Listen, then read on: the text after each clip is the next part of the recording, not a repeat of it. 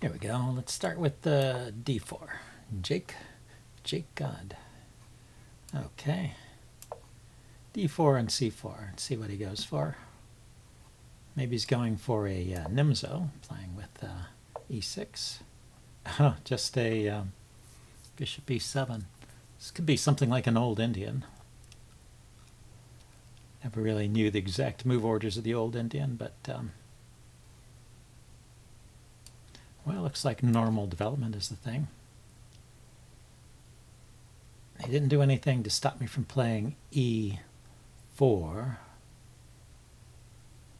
So, yeah, I could just play that now. e4, bishop g2, g7 rather, bishop d3, pin the knight, and still defend the pawn.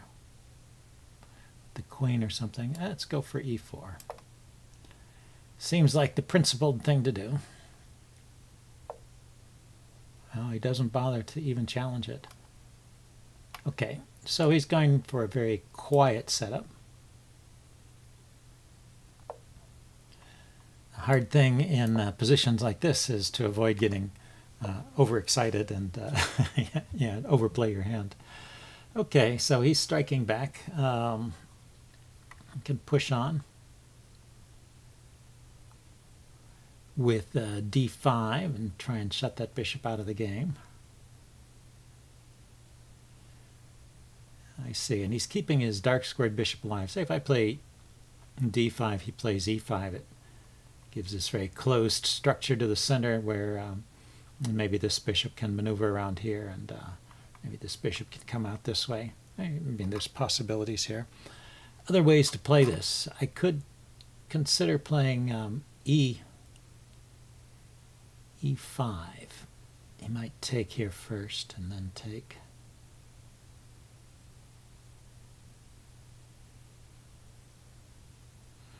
Or I could just sit there and let him take. See, if I start with rook to e1 and he takes, I'll take with the knight, and this is well defended still.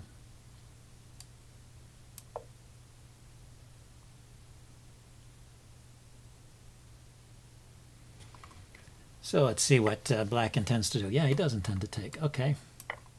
So it's a bit like a Meraxi bind structure for white. Black played some kind of a delayed Sicilian on the c5 that came after many moves. And well, I had started off with d4 anyway. So let's see. Is this a good position for me? I can still consider playing e4 at some point. e5 takes. I wonder if I should bring the queen out first. Or maybe the bishop. Here, what I'm going to do is play h3, so I can play bishop to f4 and then retreat it to h2 if he kicks it with the knight. Bishop f4 will walk right into e5, of course. So do I have a tactical answer to that, or should I move my knight out of the way first?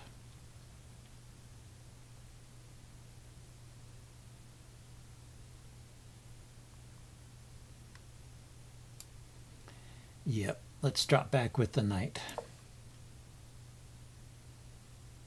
Wasn't quite sure. I mean, maybe knight to, say, bishop f4, pawn to e5, knight to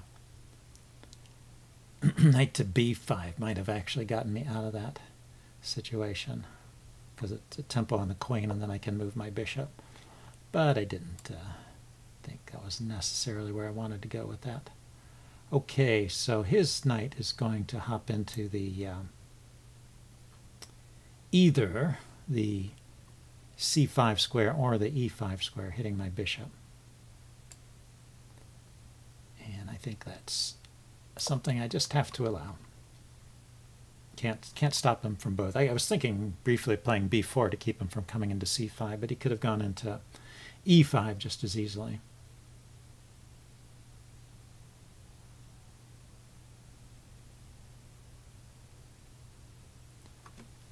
It's kind of interesting playing this Maroxy-bind type structure where black is not fianchettoed, so I don't have this pressure along the long diagonal here, so maybe just pushing b6 is not a bad idea here. b3, I mean. It loosens this knight. I mean, this knight is completely loose, but there's no bishop on this diagonal to attack it.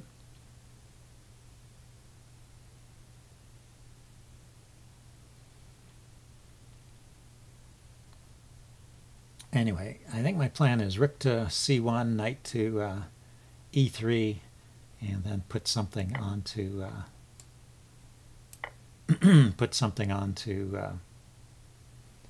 d5 there, taking advantage of the rook here. We'll see. Maybe that doesn't work, but I can at least start with knight to or rook to c1 or knight to e3. Either one of those seems fine.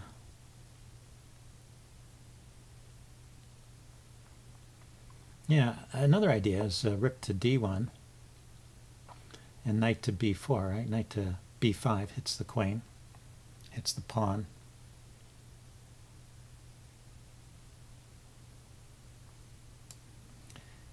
Well, let's start with knight to e3, get that knight to a more active square.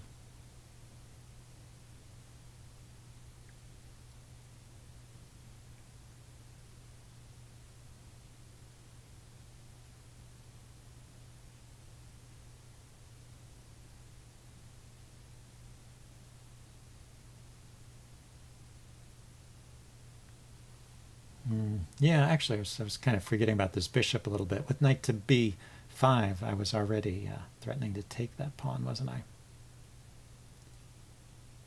Let's see, it's defended by rook, bishop, queen, knight. Maybe I need one more piece. Knight, bishop, queen.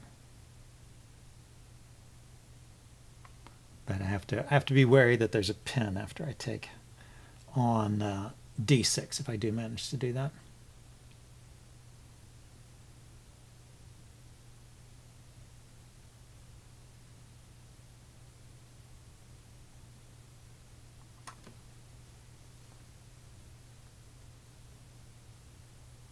Okay, well, Jake is starting to catch up with me on time after playing the opening very quickly.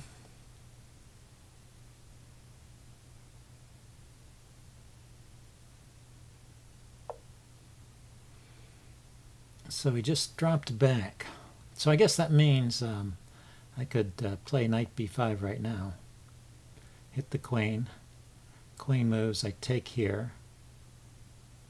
And when he moves the bishop, or when he moves the knight, my knight will be pinned, but I can defend it with a pawn, I guess.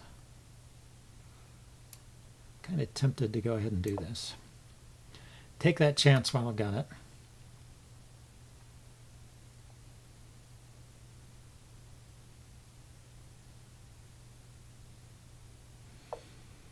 Yeah, he goes there. So the question is, can I take here with the knight or the bishop? Maybe I should take with the bishop. Because if I take with the knight and then he pushes this pawn forward, it interrupts things. If I take with the bishop, then he sort of has to take. I can take back with the queen.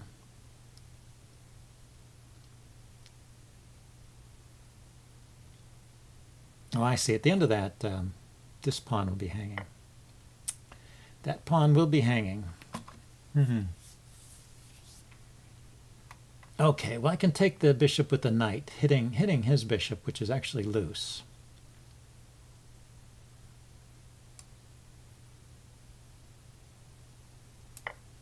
And if he moves his knight to attack my queen, I can take his bishop and attack his queen too.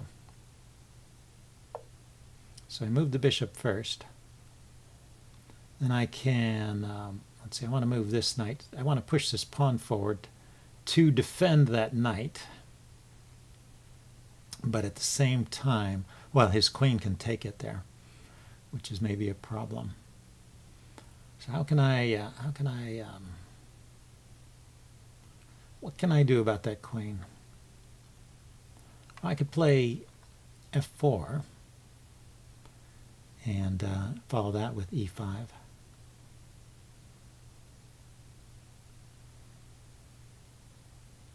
f4, he moves the knight, I play e5, and my knight's pretty solid in there. This knight is pinned, but it's well defended. So let's go for that.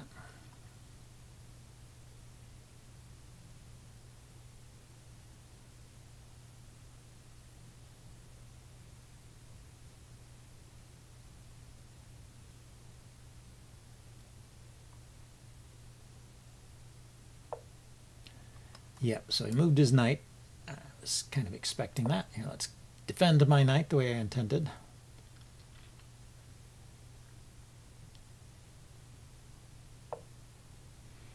And he jumps into that square. Okay, it's defended by the bishop there. Let's bring another rook over. Briefly check to make sure his knight is not going anywhere dangerous.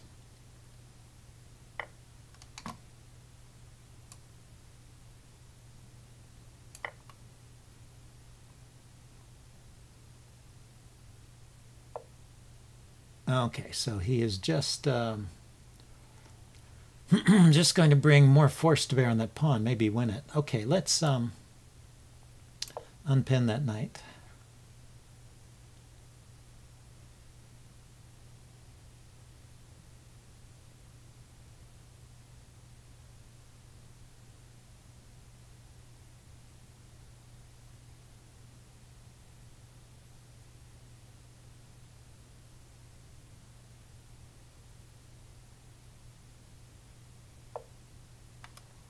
Yep. So I'm going to move the knight over here. When he takes, I'm going to step aside with the queen. Well, I don't know. Do I like that? Maybe I should move the queen first. But I wanted the queen to go to g3. Knight g4, queen g3, and I'm threatening things there.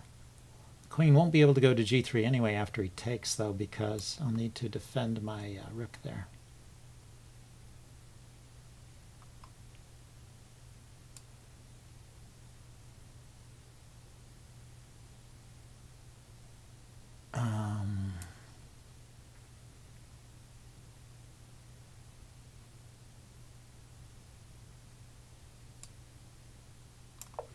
Okay, I just step aside like this.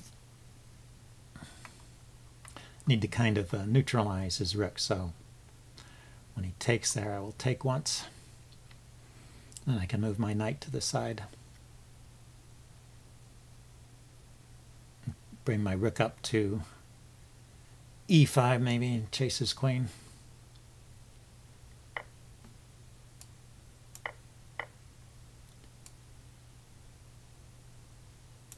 That's where I wanted to go with the knight.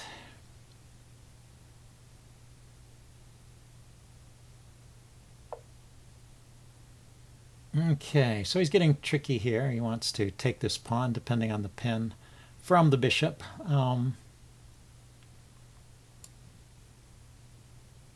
let's set up this tactic. Knight to f6 would win the queen. See how alert he is.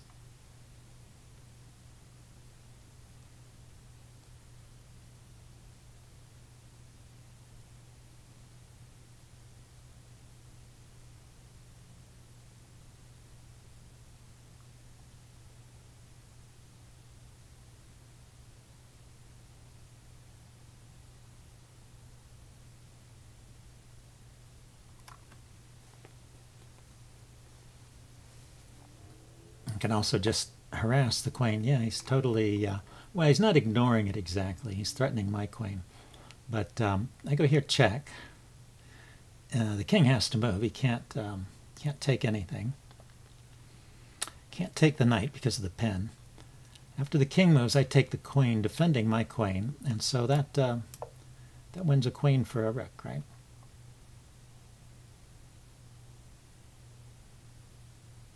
So this clever move, he was trying to decoy my queen. I mean, I could just take the rook, I suppose. I'm not sure what he planned after that.